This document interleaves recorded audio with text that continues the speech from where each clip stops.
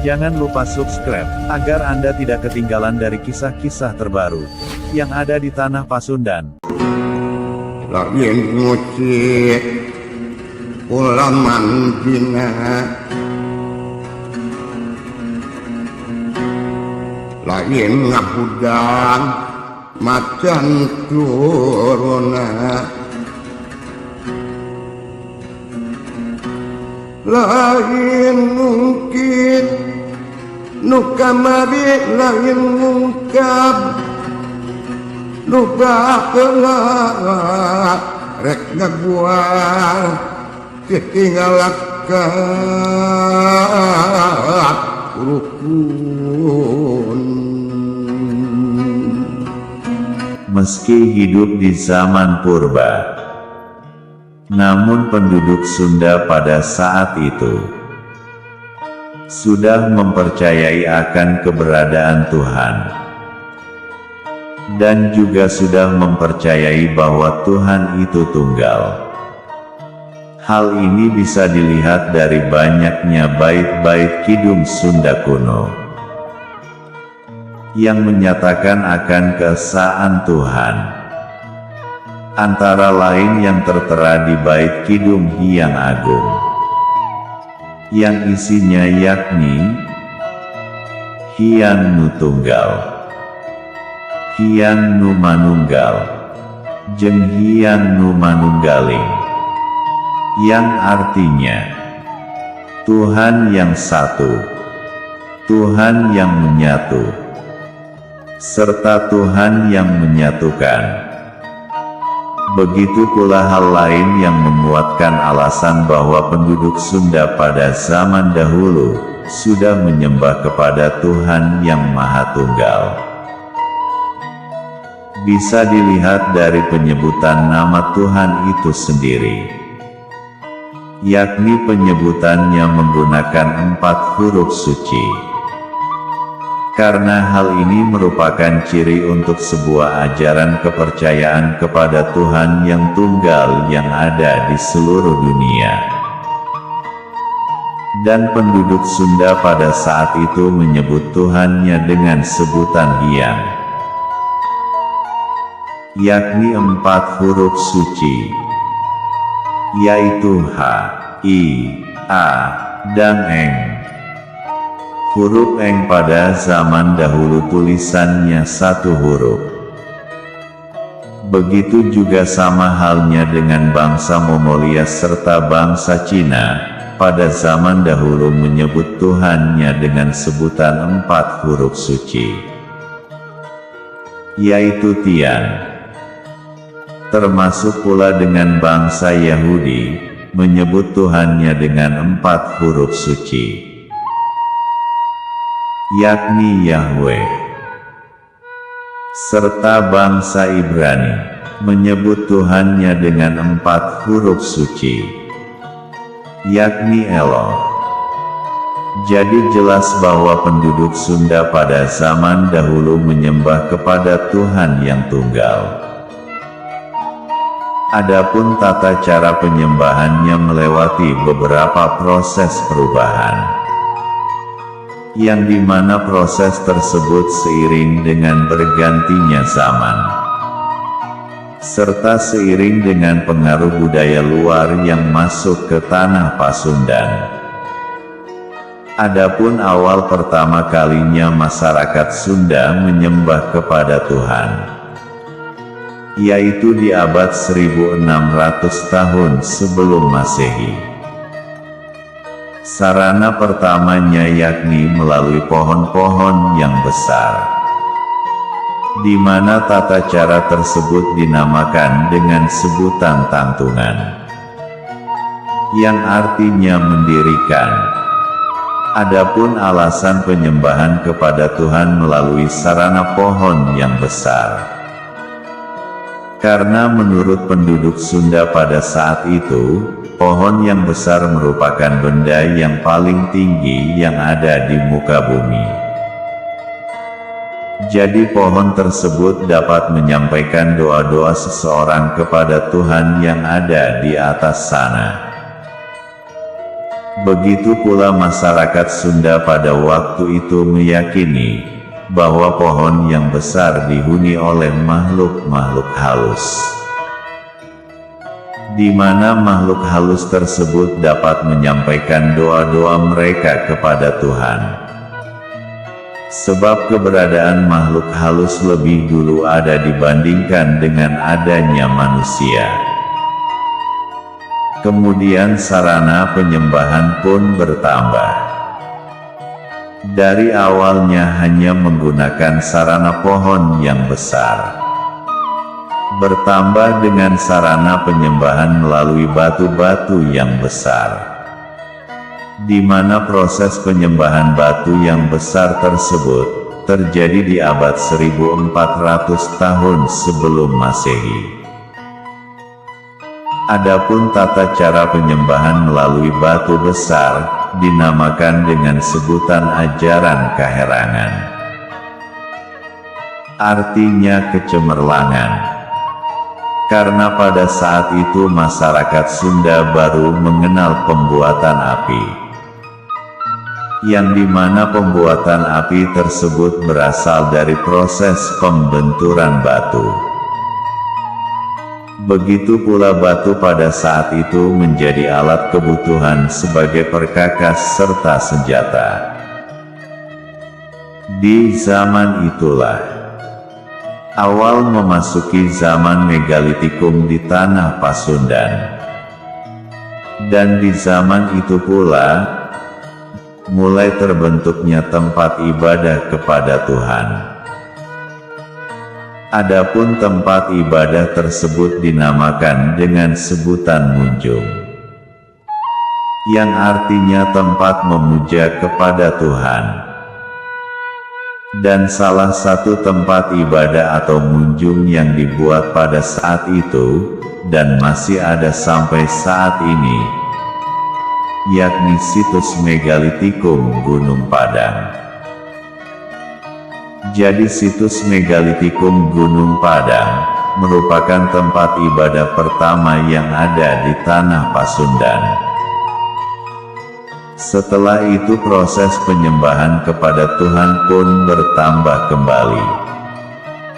Dari sebelumnya menggunakan sarana pohon besar serta batu-batu besar, kini ditambah proses penyembahan kepada Tuhan melalui sarana cahaya, di mana masyarakat Sunda pada waktu itu meyakini bahwa cahaya adalah salah satu sarana yang dapat menyampaikan doa-doa manusia kepada Tuhan.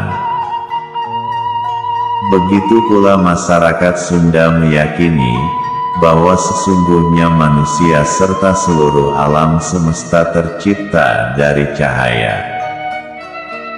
Adapun ajaran terciptanya cahaya menjadi wujud, ataupun terciptanya wujud menjadi cahaya, dinamakan dengan sebutan ajaran Kalangkang. Begitu pula Tuhan menurut masyarakat Sunda merupakan sumber dari segala sumber cahaya. Adapun sebutan ajaran penyembahan melalui sarana cahaya dinamakan dengan sebutan ajaran Kakayangan, yang artinya kecahayaan. Menurut ajaran Kakayangan, bahwa cahaya dapat menyampaikan doa-doa manusia kepada Tuhan, yaitu melalui cahaya yang diciptakan oleh Tuhan itu sendiri. Adapun cahaya yang dapat menyampaikan doa manusia kepada Tuhan melalui 4 sumber cahaya, yaitu sumber dari cahaya matahari, sumber dari cahaya bulan, sumber dari cahaya bintang, serta sumber dari cahaya kunang-kunang. Sementara sumber cahaya dari api tidak dapat digunakan sebagai penyampai doa kepada Tuhan, karena api dapat dibuat oleh manusia. Adapun sarana yang digunakan untuk memantulkan cahaya tersebut, yaitu melalui pantulan dari batu serta air. Maka tak heran pada zaman dahulu banyak orang-orang yang bermeditasi di atas batu ataupun di atas air. Penyembahan melalui sarana cahaya terjadi di abad 1200 tahun sebelum Masehi. Kemudian proses penyembahan kepada Tuhan pun bertambah kembali, yakni melalui sarana orang-orang suci yang sudah meninggal, di mana proses itu dimulai pada abad 950 tahun sebelum Masehi. Adapun alasan penyembahan kepada Tuhan melalui orang-orang suci yang sudah meninggal, karena penduduk Sunda meyakini bahwa orang-orang suci itu sangatlah dekat dengan Tuhan, jadi dapat menyampaikan doa-doa mereka kepada Tuhan.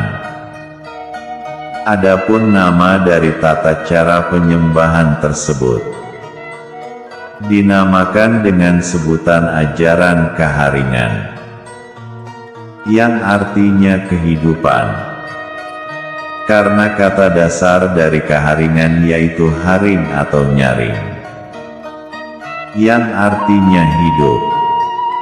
Jadi makna dari ajaran Kaharingan yaitu ajaran tentang kehidupan.